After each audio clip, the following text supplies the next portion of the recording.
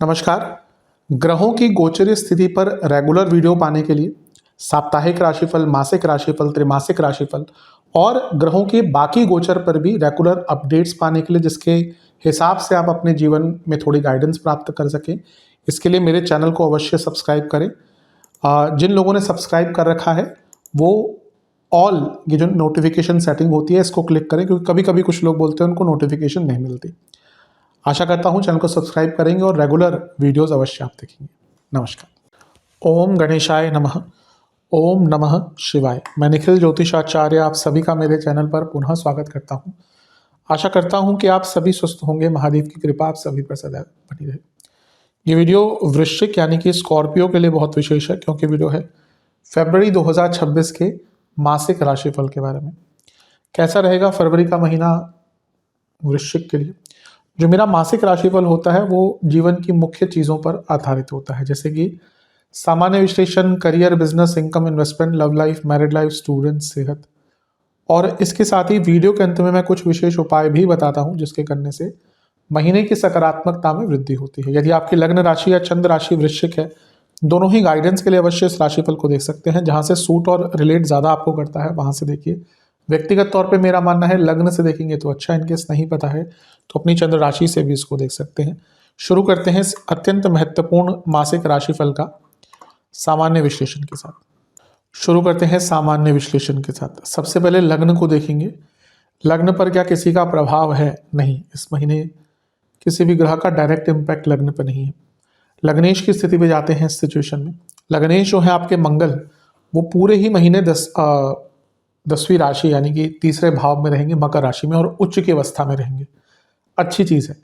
लग्नेश का उच्च का होना, वो भी मंगल का, और तीसरे घर में होना, ये बहुत अच्छा है। ये स्किल एनहेंसमेंट का टाइम है, अपने आप को बेटर करने का टाइम है। करियर हो, बिजनेस हो, जीवन हो, ये महीना आपको बहुत कुछ नया सिखा कर जाएगा। लेकिन तीसरे घर में लग्नेश का होना और इतने सारे ग्रह शुरू में रहेंगे तो भाई बहनों से संबंध, घर वालों से संबंध, क्योंकि चौथे से 12वां है, और मिसकम्युनिकेशन बहुत हो सकती है। लेकिन ये महीना आपके सेल्फ बेटरमेंट के लिए बहुत अच्छा है। अपने ऊपर कॉन्फिडेंस रहेगा। कार्य क्षेत्र पे भी इसका बहुत अच्छा इम्पैक्ट पड़ता हुआ दिख रहा है, क्योंकि लग्नेश और दशमेश तीसरे घर में है, तो कुछ नया सीखने का, अपने आप को जैसे मैंने कहा बेटर करने का मौका है। ग्रहों की गोचर की तरफ चलते हैं। पहला गोचर बुध का होगा, चौथे घर में आकर बैठ जाएंगे। जो लोग विदेश में रहते हैं उनके लिए बहुत अच्छा है, क्योंकि लाभेश चौथे घर में राहु के साथ है। पीआर वगैरह अप्लाई करना है, विदेश में कोई प्रॉपर्टी लेनी है, अच्छा है। और वैसे भी 11वें घर के स्वामी चौथे घर में प्रॉपर्टी के एनहेंसमेंट, एसेट्स एनहेंसमेंट के लिए बहुत अच्छा है। फिर यहाँ पे शुक्र का गोचर हो जाएगा। 12वें घर के स्वामी हैं, पुनः राहु के साथ बैठे हैं। विदेश जाने का प्रयत्न कर रहे थे, जॉब ढूंढ रहे थे, बिजनेस ओपन अप करना चाहते थे, विदेश से इन्वेस्टमेंट चाहिए, ऑलरेडी विदेश में है, कुछ बड़ा करना चाहते हैं, पीआर अप्लाई करना चाहते हैं, प्रॉपर्टी लेना चाहते हैं, ऑलरेडी विदेश में, बहुत अच्छा टाइम है। सप्तमेश भी है, राहु के साथ बैठ गए तो विवाह का भी योग बहुत अच्छा बन जाता है। इसके बाद सूर्य का गोचर होगा, जहां से थोड़ी अवस्था बुरी होनी शुरू होगी, क्योंकि सूर्य दशमेश है। वैसे ये कोई बुरा नहीं है, लेकिन वो राहु के साथ है तो ग्रहण दोष स्टार्ट हो गया। और फिर 17 तारीख को ग्रहण भी लगेगा, जो खगोलीय घटना होती है। ग्रहण दोष तो सूर्य और चंद्रमा पर तभी से लग जाता है जब ये राहु केतु के साथ होते हैं। सूर्य साल में 2 बार ग्रहण दोष युक्त होते हैं, जब 1 महीने राहु और 1 महीने केतु के साथ होते हैं। चंद्रमा तो हर महीने में 2.5 दिन के लिए राहु केतु के साथ होते हैं, तो वहां ग्रहण दोष युक्त है। लेकिन जो खगोलीय घटना होती है उसके लिए कुछ और पैरामीटर्स भी होते हैं कि भाई सूर्य ग्रहण लग रहा है तो अमावस्या भी होनी चाहिए, तो अमावस्या होगी 17 तारीख को और वहां पे ग्रहण लगेगा। चौथे भाव में पहला तो इमेज खराब होना, घर में चोरी होना, माता जी की तबीयत बहुत खराब होना, इमोशनल लाइफ एकदम डिस्टर्ब, वर्क लाइफ बैलेंस बिगड़ जाएगा, क्योंकि चौथे घर में इतने सारे ग्रह, सारे 10वें घर को देखेंगे, वर्क लाइफ बैलेंस बिगड़ना, फैमिली में भयंकर प्रॉब्लम। बल्कि ये ऐसा टाइम है जब मतभेद हो सकते हैं और मनभेद भी हो सकते हैं। जैसे अटल बिहारी जी कहा करते थे, मतभेद होने चाहिए, मनभेद नहीं होने चाहिए। तो वैसे ही यहाँ पे मतभेद हो सकते हैं, मनभेद मत होने दीजिएगा, क्योंकि फिर प्रॉब्लम बहुत बड़ी हो सकती है। बहुत केयरफुल यहाँ पर रहिएगा। फैमिली के लिए डिस्टर्बिंग महीना है, फैमिली लाइफ के लिए, मदर की हेल्थ के लिए डिस्टर्बिंग महीना है, काफ़ी ध्यान दीजिए। और जैसा मैंने कहा, अपनी इमेज को लेकर झूठे आरोप लग सकते हैं इस महीने। फिर 17 के बाद चंद्रमा आगे चले जाएंगे, मंगल यहाँ पे आ जाएंगे। अब यहाँ पे प्रॉब्लम क्या है, मंगल राजयोग बना रहे हैं, प्रॉपर्टी आदि सबके लिए अच्छा है, घर में प्रॉपर्टी की वृद्धि। लेकिन मंगल भी दिग्बली, सूर्य भी दिग्बली नहीं है, मतलब कि मंगल का भी दिग्बल समाप्त है और सूर्य का भी दिग्बल समाप्त है, दोनों शून्य दिग्बली है यहाँ पे। बहुत उसमें नहीं जा रहा मैं डिग्री वाइज, क्योंकि डिग्री थोड़ी आगे बढ़ते तो दिग्बल बढ़ता है, लेकिन क्योंकि हम बहुत टेक्निकल नहीं हो सकते सामान्य राशिफल में, लेकिन ये मानिए कि दिग्बल जो है इन दोनों ग्रहों के समाप्त हैं। प्रॉब्लम क्या है कि इमोशनली डिस्टर्बिंग है, और मंगल सूर्य का दिग्बल समाप्त यानी कि आपके अंदर कॉन्फिडेंस नहीं है, इसलिए महीने का अंतिम भाग बहुत प्रॉब्लमेटिक है। अपनी इनसिक्योरिटीज के कारण प्रॉब्लम्स क्रिएट करें। कभी कभी क्या होता है ना, हम इनसिक्योर होते हैं, फिर हम दूसरों में गलतियां ढूंढते हैं। प्रॉब्लम हमारी होती है, हम अपनी ही इनसिक्योरिटीज दूसरों पे थोपते हैं, और ये वही टाइम है। तो मैं कहूँगा कि करियर में बहुत केयरफुल रहिए, क्योंकि वर्क लाइफ बैलेंस पे, लेकिन सबसे ज़्यादा अपनी फैमिली को बचा कर रखिए, महीना फैमिली के लिए अच्छा नहीं है। और ये सारे ग्रहों को एक वक्री ग्रह अष्टम से देखेगा, तो अष्टम का तत्व भी आ गया अनिश्चितता लेकर, और वक्री ग्रह का तत्व भी है। विशेष प्रेडिक्शन, ये महीना अपनी मानसिक सेहत को ठीक करिए, ठीक रखिए। बहुत अथॉरिटेटिव होंगे, जो गलत नहीं है, लेकिन गलत जगह पर ज़्यादा अथॉरिटी दिखाना मुश्किल क्रिएट करता है। आध्यात्मिक रहिए, फोकस रखिए, आगे बढ़ने का विचार कीजिए, मूविंग ऑन जिसको कहते हैं। अब ये लगता है किसी एक चीज़ पर इतने अड़ गए हैं, अटक गए हैं कि आगे बढ़ ही नहीं पा रहे। क्रिएटिविटी दिख रही है, जिसका उपयोग कीजिए। आपके अंदर आकर्षण भी रहेगा शुरुआती भाग में, लेकिन पेशेंस बहुत रखनी पड़ेगी। बड़ा सोचिए, बड़ा करने का महीना है, बट उसको अचीव करने के चक्कर में अपनी फैमिली लाइफ को खराब मत कर लीजिएगा। कुछ चीज़ें इनसे बिल्कुल बचना है। अपनी सक्सेस एकदम शेयर मत कीजिएगा। नज़र लगती है, जो कोई माने ना माने, जिनके साथ हो चुका उनसे पूछिए। जिस दिन शेयर किया कि भैया आज कुछ अच्छा हुआ, वहीं पे वो काम खराब हो गया। अब ये भी कुंडली वाइज है। अब कोई व्यक्ति बहुत अच्छी कुंडली है, वो बोलेगा मेरे पास कुछ भी कर लो, मेरे पर किसी की नज़र लगवा लो, नहीं लगेगी।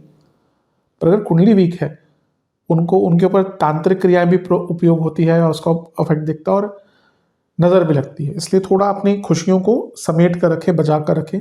जरूरी नहीं कि हर चीज़ सोशल मीडिया पर इस महीने आप शेयर करें, इसको समझिएगा। जिनसे मन लगता है उन्हीं से मन दूर जाएगा, यानी कि अपनों से दूर जाने का टाइम है, इसलिए पेशेंस रखिए। कभी कभी हम एक बहस को अवॉइड करके ना रिश्तों को बचा सकते हैं, इस चीज़ को बहुत समझिएगा। बहुत अति उत्साह भी दिख रहा है, और अति इमोशनल भी दिख रहे हैं। इस महीने अति बिगाड़ेगी मति, तो हर चीज़ में अति नहीं, हर चीज़ में मॉडरेशन काम आएगी। इन सब चीज़ों पर ध्यान दीजिएगा। चलते हैं करियर की तरफ। जहाँ तक करियर की बात है, महीना मिश्रित है। जैसा मैंने शुरू में कहा था, मंगल उच्च की अवस्था से 10वें घर को देखेंगे अष्टम दृष्टि से। यहाँ पे केतु ऑलरेडी विद्यमान है, तो अपने आप को बेटर कीजिए, नया कुछ सीखिए।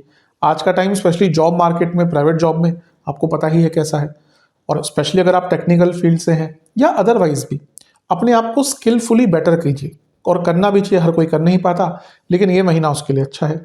तीसरे घर में इतने सारे ग्रह रहेंगे, कम्युनिकेशन पर ध्यान दीजिए, स्पेशली कलीग से थोड़ा बच के रहिए। और ये सारे ग्रह शुरुआती भाग में नवम को देखेंगे, तो बॉसेस से मतभेद हो सकते हैं।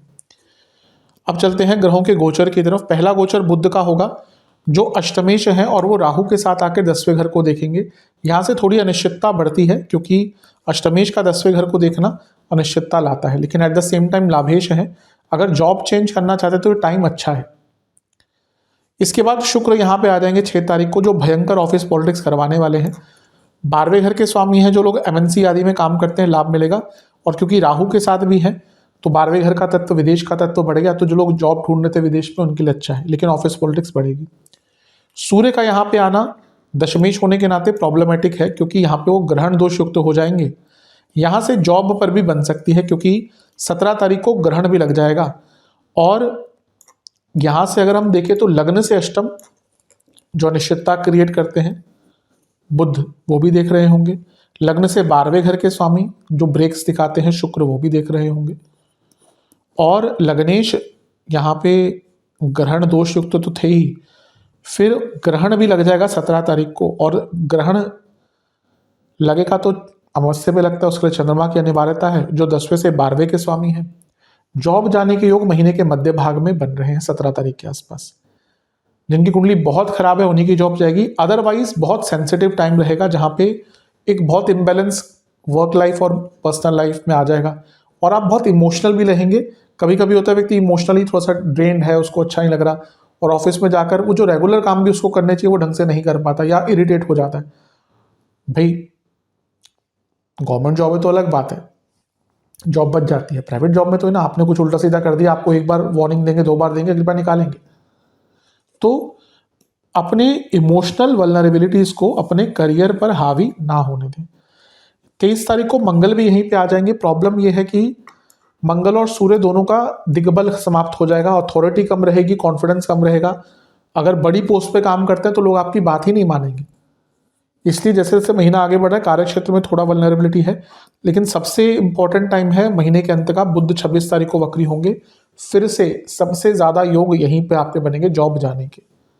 अभी भी ले ऑफ्स निरंतरता से हो रहे हैं, बड़ी बड़ी कंपनीज में ले ऑफ हो रहे हैं, और ये मंडेन इवेंट है कि कंपनीज में जॉब जा रही है। तो यहाँ पे कभी कभी क्या होता है कि आपकी कुंडली में ऐसे योग नहीं होते जॉब जाने के, लेकिन क्योंकि मंडेन लेवल पर ऐसी चीजें हो रही हैं तो जॉब जा सकती है। जैसे कोरोना आया था, कोरोना के टाइम पे मंडेन लेवल पर इतना कुछ हो गया था।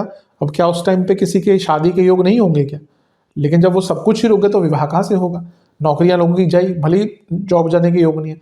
इसलिए ऐसा कहा जाता है कि जब बड़े लेवल पर कुछ घटनाएं घटती है उसमें आपकी जो इंडिविजुअल कुंडली है वो चीजें उसको भी ओवर पावर कर सकती है। इसलिए देखिए आसपास क्या हालात हैं महीने के मध्य भाग में, और अंत में तो जॉब जाने के योग बहुत सर्टन है। बहुत केयरफुल रहिएगा, और इमोशनल चीजों को अपने ऊपर हावी मत होने दीजिएगा। ये महीना भावनाओं में बहकर अगर आपने जिया ना, हर एरिया में प्रॉब्लम आएगी। विशेष प्रेडिक्शन, ग्रोथ का माइंडसेट रखिए, अपनी नेगेटिव पॉइंट्स को ठीक कीजिए, ऑनेस्ट रहिए अपने साथ, लोगों के साथ। जिनको सपोर्ट दे सकते हैं अगर आप उस अवस्था में है तो उनको सपोर्ट कीजिए। एक लीडर बन के उभरने का भी टाइम है, मना नहीं करूंगा इसको मैं, लेकिन अपना पर्पस सर्व कीजिए। कभी कभी होता है व्यक्ति थोड़ा लेड बैक हो जाता है, 3-4 साल काम कर लिया ना तो उसको लगता है मेरे को कोई हिला नहीं सकता। ऐसा नहीं है, स्पेशली प्राइवेट सेक्टर्स में। आप भले ही कितने, एवरीवन इज रिप्लेसेबल, ये मानिए तो पूरे, ये तो जीवन का ही सत्य है। Everyone is replaceable. आपके परिवार में कोई है, लेट्स से किसी की मृत्यु हो गई, ईश्वर का एक चक्र है दुनिया का या जीवन का, हमें लगता है हमने उसको खो दिया तो बहुत मुश्किल होगी, जी नहीं पाएंगे। कुछ महीने बाद वो व्यक्ति थोड़ा यादों का हिस्सा रह जाता है, 6 महीने बाद कभी कभी याद आता है, और सालों बाद तो हम भूल ही जाते हैं कोई था जीवन में। ये सत्यता है। हमें लगता है कि हम रिप्लेसेबल नहीं है, हम ये है वो है। हम क्या है? कुछ भी नहीं है। इस पूरी सृष्टि का तो हम कोई कण मात्र भी नहीं कह सकते, इतनी बड़ी सृष्टि है। हम उसमें भी अगर धरती की बात करें तो वो भी कुछ अंश मात्र ही होगी, बल्कि वो भी नहीं होगी। तो कार्य क्षेत्र की बात वापस आते तो हम रिप्लेसेबल हैं, एवरीवन इज रिप्लेसेबल। तो अपने आप को इतना कीमत समझिए कि आप बहुत श्रेष्ठ हैं, स्पेशली अगर आप प्राइवेट फर्म में काम करते हैं, भले आप बड़ी पोजीशंस पे हो। जब जानी होती है जॉब तो बड़े बड़े लोगों की, और सबसे पहले उन्हीं की जाती है जिनके पैकेजेस सबसे मोटे होते हैं। डिवोटेड रहिए अपने करियर के प्रति, और जैसे मैंने कहा जितना फोकस और मेंटल क्लैरिटी ला पाएंगे उतना अच्छा रहेगा आपके लिए। बुरा तो बहुत नहीं कहूंगा, लेकिन सेंसिटिव महीना तो है करियर में। चलते हैं बिजनेस की तरफ। सप्तम भाव के जो स्वामी है शुक्र, वो पहले आपके लाभेश के साथ ही होंगे बुध, और वो आपके लग्नेश के साथ भी रहेंगे शुरू में, महीने के शुरुआती भाग में। तो महीना ठीक ही दिख रहा है। हाँ, एफर्ट्स थोड़े से ज़्यादा डालने पड़ेंगे। जो आप बिजी भी काफ़ी रहेंगे, लेकिन जो व्यक्ति बिजनेस करता है उसको तो उसके लिए अच्छा ही होता है कि वो बिजी है। पहला गोचर बुध का होगा 3 तारीख को, जो क्योंकि सप्तम से 10वें में है, थोड़ा लॉजिस्टिक्स की प्रॉब्लम, ट्रांसपोर्टेशन की प्रॉब्लम और कम्युनिकेशन की प्रॉब्लम। अब आज की डेट में हमें हर चीज़ में कम्युनिकेशन की आवश्यकता है। तो कभी कभी होता है कि भाई आपका ऑनलाइन काम है, कुछ अटक गया, सर्वर डाउन हो गया, कोई टेक्निकल डिफिकल्टी आ गई, तो वो प्रॉब्लम आ सकती है। जितना आपके हाथ में उतना ठीक कीजिए, वरना कभी कभी तो वेट ही करना पड़ता है। फिर सर्वर ही डाउन है, कोई इंपॉर्टेंट आपका इवेंट है, काम है, क्या कर सकते हैं जब तक ठीक नहीं होगा। शुक्र का गोचर सप्तमेश होने के नाते बुरा नहीं है, सप्तम से 10वें में है, एक्टिविटी रहेगी, काम बढ़ेगा। जिनका फैमिली बिजनेस है ना, उनको इस महीने थोड़ा केयरफुल रहना चाहिए। लेकिन इस शुक्र का गोचर कोई बहुत बुरा नहीं। सूर्य भी यहीं पे आ जाएंगे, जो दशमेश है, सप्तम से 10वें में आना यानी कि काम और बढ़ेगा। लेकिन राहु के साथ हो गए तो कोई सरकारी बाधाएं आ सकती हैं। ग्रहण लगेगा 17 फरवरी को। यहाँ पे प्रॉब्लमेटिक है क्योंकि सप्तम से 10वें में है, कोई बहुत इंपॉर्टेंट काम अटक सकता है आपका कुछ दिनों के लिए, इसलिए प्री प्रिपेयर्ड रहिएगा अनसर्टेनिटीज के लिए।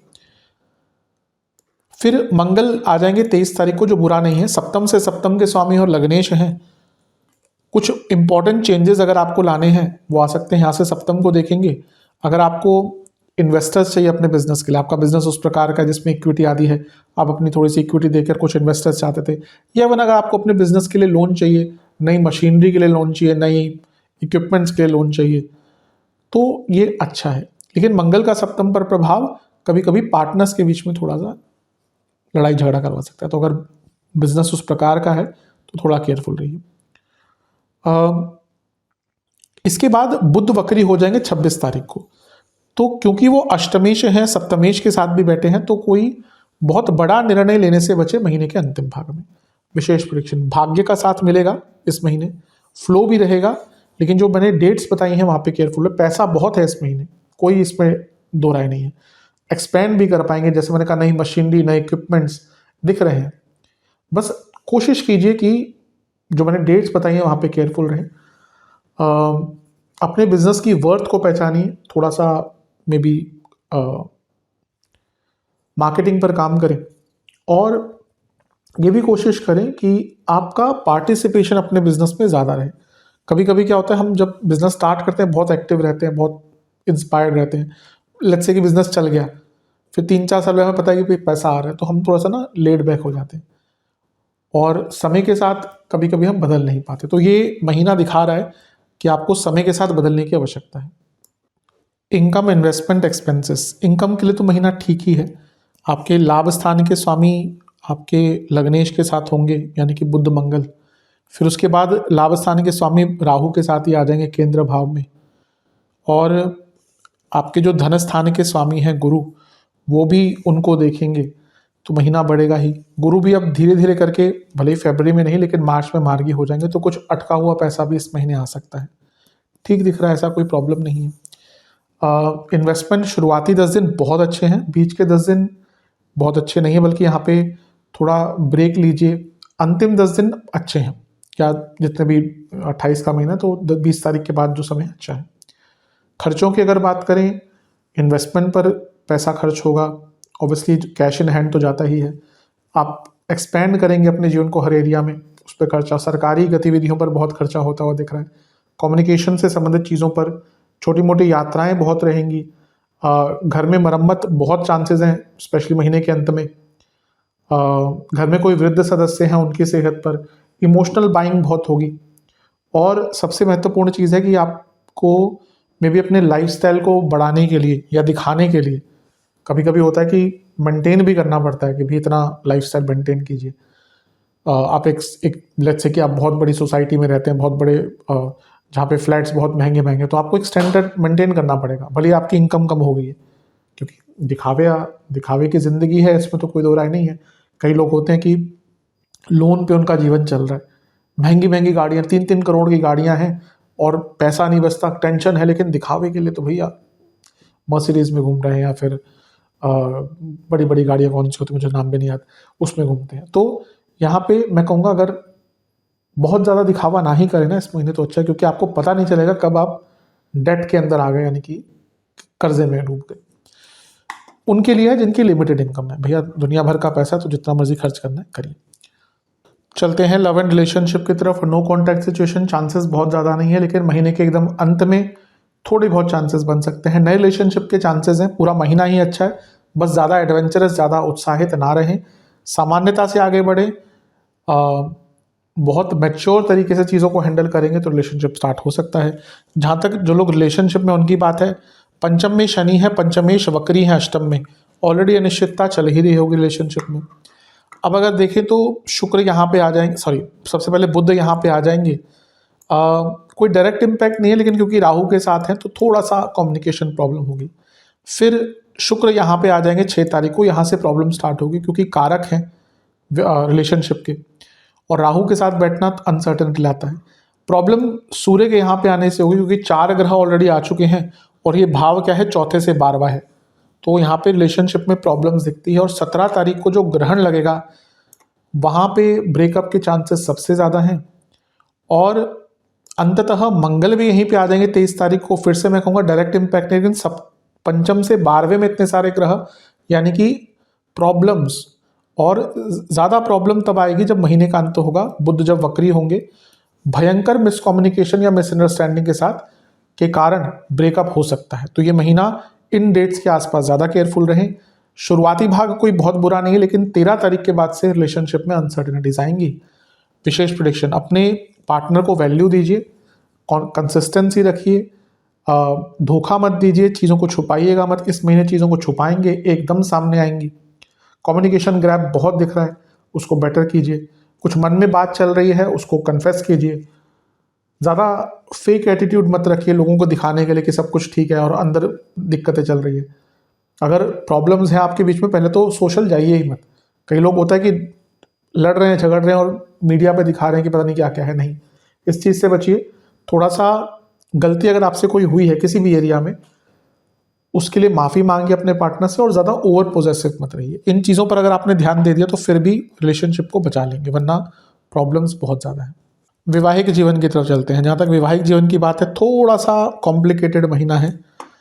पहला तो सप्तमी शुक्र जो कारक भी हैं वो बहुत सारे ग्रहों के साथ रहेंगे महीने के शुरुआती भाग में ही। इसके बाद शुक्र का गोचर पहले बुध का गोचर होगा 3 तारीख को। ये फैमिली के कारण डिस्टर्बेंस दिखा रहा है, इन लॉज आदि के कारण या फैमिली के कारण प्रॉब्लम्स होंगी। फिर शुक्र का यहाँ पे आ जाना, ट्रस्ट इश्यूज, ध्यान भटकना, चीटिंग, ये सारी चीज़ें दिखा रहा है। फिर सूर्य यहाँ पे आ जाएंगे और ग्रहण लग जाएगा 17 तारीख को। पहले 13 तारीख को सूर्य यहाँ पे आएंगे, 17 को ग्रहण लगेगा। ये महीना फैमिली के कारण बहुत दिक्कत रहेगी मैरिड लाइफ में। और क्योंकि चौथा भाव है, आप खुद ही इमोशनली इतने वल्नरेबल रहेंगे कि उसका प्रभाव मैरिड लाइफ पर पड़ेगा। अंततः मंगल भी 23 तारीख को यहाँ पे आ जाएंगे, मंगल दोष स्टार्ट हो जाएगा। खैर, चौथे घर का मंगल दोष कोई बहुत स्ट्रांग नहीं होता, और कभी भी ये मत मानिए कि मंगल दोष के कारण शादियां टूटती हैं। नहीं, वो एक एक फैक्टर हो सकता है। मंगल दोष से शादियां नहीं टूटती, प्रॉब्लम आती है उससे। एकदम उसको नलीफाई भी नहीं करना चाहिए, कुछ भी नहीं होता मंगल दोष से, कुछ लोग ऐसा बोलते हैं।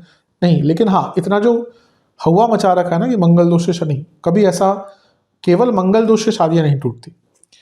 अब क्योंकि मंगल सप्तम भाव को देख रहे हैं, ये ऑब्वियसली एग्रेशन इंक्रीज करेगा। और प्रॉब्लम ये है कि क्योंकि वो सप्तम से 12वें के स्वामी और छठे भाव के, यहाँ से वो सेपरेशन की तरफ लेके जा सकते। केवल मंगल दोष के कारण नहीं हो रहा। जिनकी मैरिड लाइफ में बहुत प्रॉब्लम्स है ना, वो फिर मंगल के गोचर के आसपास 23 तारीख के आसपास वो उस साइड में निकल सकते हैं जहाँ पे वो सेपरेशन के बारे में सोचे। और बुध भी 26 तारीख को वक्री हो रहे हैं, तो ये प्रबलता बहुत बढ़ जाती है, क्योंकि वो कारक है इन सब चीज़ों की, जो लीगलिटीज़ वगैरह है ना। तो मैं तो कहूँगा कि फैमिली का इन्वॉल्वमेंट थोड़ा कम रखिए। इमोशनल जब हो तो बात ना करें। वृश्चिक वाले लोग भी इमोशनल होते हैं, क्योंकि जल तत्व का लग्न है ना, भले ही दिखाए ना। अब जैसे 4, 8, 12, इसमें जैसे जैसे आप आगे बढ़ते, कर्क वाले लोग होते हैं, वो उनके चेहरे पे दिख जाता है इफ़ दे आर इमोशनल। वृश्चिक वाले थोड़ा दिख जाता है, लेकिन वो छुपाते हैं बहुत, तब कोशिश करते हैं कि थोड़ा लेट है। मीन वाले जो होते हैं वो तो बताते ही नहीं है कि उनके मन में क्या चल रहा है। तो इसी तरह से कोशिश कीजिए कि इमोशनल लाइफ को अपनी मैरिड लाइफ पर हावी ना होने दें। विशेष प्रेडिक्शन, बहुत कॉम्प्लिकेटेड महीना है। कभी कोई बहस अगर एस्केप भी करनी पड़े तो कोई दिक्कत नहीं है उसमें। एस्केप मतलब कि भाग जाइएगा वहाँ से, मतलब कि उस टाइम पे बहस मत कीजिएगा, क्योंकि यहाँ पे बहस एक बार होती है तो बढ़ेगी। हो सकता है आपके पार्टनर प्रोवोक करे आपको पेशेंस सिखानी है। ज़्यादा कंट्रोलिंग नहीं, लोगों का इन्वॉल्वमेंट कम रखिए अपने मैरिड लाइफ में।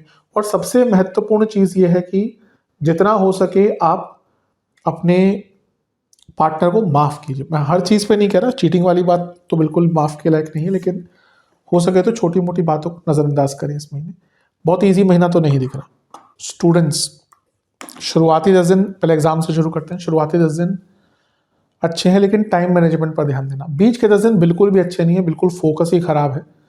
अंतिम 10 दिन भी अच्छे हैं एग्जाम्स के लिए। अगर स्टूडेंट्स की बात करें तो पहले तो पंचमेश आपके अष्टम में वक्री हैं, तो बहुत फोकस की प्रॉब्लम रहेगी। बुध जो कारक है स्टडीज़ के लिए, स्टूडेंट्स के लिए, वो भी राहु के साथ बैठ जाएंगे, तो प्रॉब्लम यहाँ पे यही दिख रही है कि फोकस हट जाएगा, फालतू की चीज़ों में टाइम वेस्ट करेंगे। शुक्र भी यहीं पे आ जाएंगे, जो जब बुध के साथ और राहु के साथ पर्टिकुलरली बुध के साथ बैठ गए तो प्यार मोहब्बत और ये सारी चीज़ों पे ध्यान ज़्यादा जाएगा। फिर सूर्य का यहाँ पे आ जाना और चौथे से 12वें घर में इतने सारे ग्रह, यानी कि डिस्ट्रैक्शंस, टाइम मैनेज ना कर पाना, एक जीवन का फ्लो, स्टडी का फ्लो बिगड़ जाना। 17 तारीख को जब ग्रहण लगेगा तो फोकस एकदम खराब होगा, इसलिए मैंने महीने के मध्य भाग में कहा बहुत ध्यान देना है। और फिर 23 को मंगल का यहाँ पे आना और चौथे से 12वें में इतनी ऊर्जा, यानी कि मैंने कहा ना कि आप कंट्रोल ही नहीं कर पाएंगे चीज़ों को, आपके हाथों से चीज़ें निकलती जाएंगी। तो अगर आपको फ़ायदा उठाना है इस महीने तो कोशिश कीजिए कि आप प्री प्लान्ड वे में चले, वरना दिक्कत बहुत आने वाली है। विशेष प्रेडिक्शन, फोकस नहीं रहेगा, पुरानी गलतियां बहुत करेंगे, दोहराएंगे, बर्डन बहुत रहेगा, मेंटल बर्डन, एक्सपेक्टेशन का बर्डन बहुत रहेगा, कुछ कार्य अटकेंगे, कुछ एडमिनिस्ट्रेटिव कार्य आपके अटक सकते हैं। महीने के अंत में कोई अच्छी न्यूज़ आ सकती है, लेकिन तब तक का समय बहुत ज़्यादा अच्छा स्टूडेंट्स के लिए नहीं दिख रहा। ये महीना स्टूडेंट्स के लिए देखें तो थोड़ा कष्टकारी है। चलते हैं सेहत की तरफ। जहाँ तक सेहत का दृष्टिकोण है, इस महीने हड्डियों की प्रॉब्लम, हड्डियों के रोग, गले के रोग, ENT, communicable diseases, infections, inflammation, liver की प्रॉब्लम ज़्यादा तंग करेंगी। शुरुआती जो 10 दिन है इसमें बॉडी में हीट बहुत रहेगी, कमर के आसपास दर्द, लोअर बैक में दर्द, पेट के भयंकर रोग। बीच के 10 दिनों में आंखों के रोग, नसों के रोग, तंत्रिकाओं के रोग, ग्लैंड्स के रोग, ग्लैंड्स से संबंधित रोग और एंग्जाइटी। अंतिम 10 दिन में BP, आंखों के रोग और नसों की प्रॉब्लम तंग करेगी। इस महीने अगर आपकी इम्यूनिटी कम है तो थोड़ा सा रख रखाव का अपना ज़्यादा ध्यान दें। उपाय के स्वरूप में आपको बजरंग बली को जनेऊ अर्पण करना है, बेसन के लड्डू और घर में बने आटे के हलवे का भोग लगाना है, पुष्प की माला अर्पण करनी है, किसी भी पुष्प की कर सकते हैं, एक चमेली का तेल का दिया अर्पण कर कर ओम राम दूताय नमः मंत्र का 108 बार जाप और हनुमान बाहुक का 2 बार पाठ कीजिएगा और मंदिर में बेसन का दान कीजिएगा। और महादेव का पंचामृत के साथ अभिषेक कर कर, केसर का तिलक लगाकर, गुलाब की पुष्प की माला अर्पण कर कर एक घी का दिया अर्पण कीजिएगा और महादेव के मंदिर में दही और दूध का दान कीजिएगा। आशा करता हूँ कि वीडियो काम आएगा। चैनल पर नए हैं सब्सक्राइब कीजिए, वीडियो को लाइक कीजिए। मिलता हूँ अगली वीडियो में, तब तक के लिए ओम नमः शिवाय।